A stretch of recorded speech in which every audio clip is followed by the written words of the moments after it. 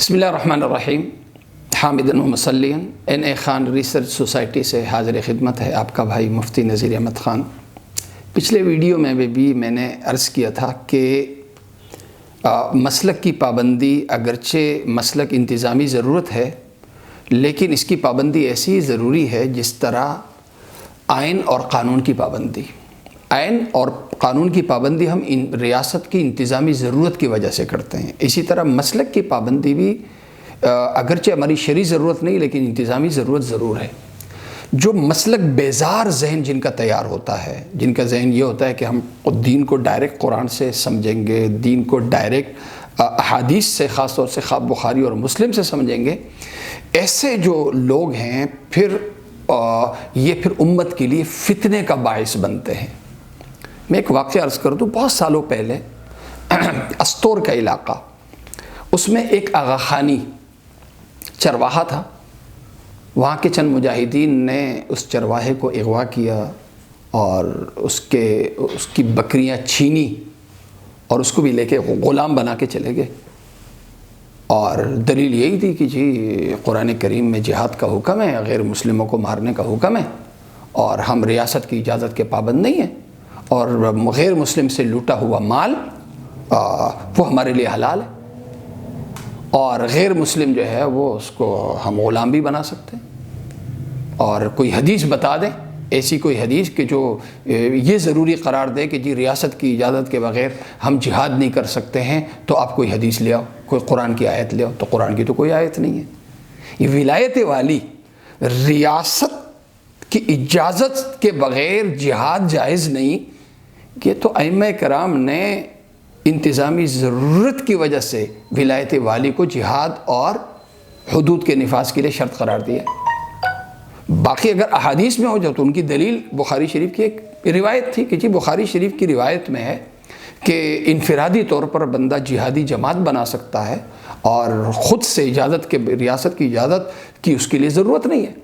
اور جو مشہور ایک حدیث ہے، صحیح بخاری کی روایت ہے کہ اللہ کے نبی صلی اللہ علیہ وسلم کے وقت میں صلح حدیبیہ کے بعد دو صحابی ہیں، حضرت ابو بصیر اور حضرت ابو جندل رضی اللہ عنہما، انہوں نے اپنا جتھا بنایا اور سمندر کے کنارے سیف البحر وہاں پہ انہوں نے پڑاؤ ڈالا۔ قریش کا قافلہ جاتا تھا تو یہ قافلے کو لوٹتے تھے اور قافلے کے لوگوں کو قتل کرتے تھے۔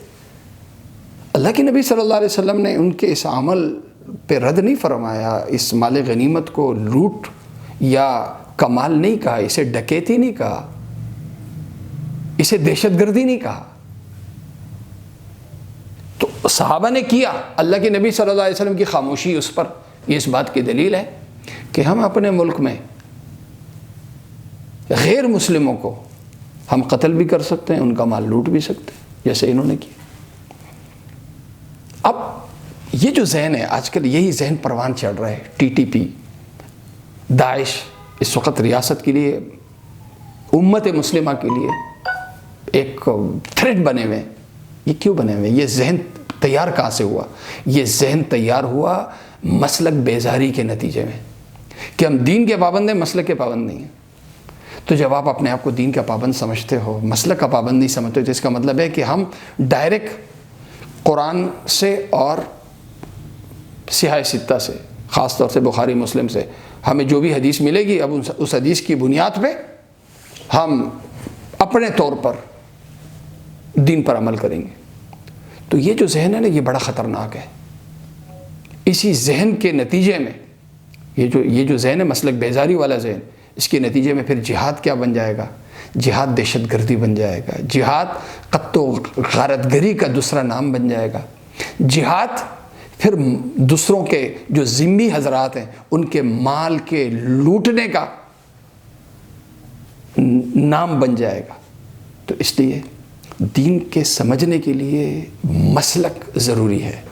اگرچہ مسلک ہماری شرعی ضرورت نہیں لیکن حد سے زیادہ انتظامی ضرورت ہے، اور یہ ایسا ہی ضروری ہے جیسے ہم اپنے ملک میں رہتے ہوئے ملک کے آئین اور قانون کی پابندی کو ضروری سمجھتے ہیں۔ حالانکہ آئین اور قانون کی پابندی نہ قرآن کی آیت ہے، نہ احادیث میں حکم ہے، لیکن پابندی کیوں کرتے ہیں؟ خلاف دین سے جیسے بچتے ہیں، خلاف قانون اور خلاف آئین سرگرمیوں سے بھی بچتے ہیں. کیوں؟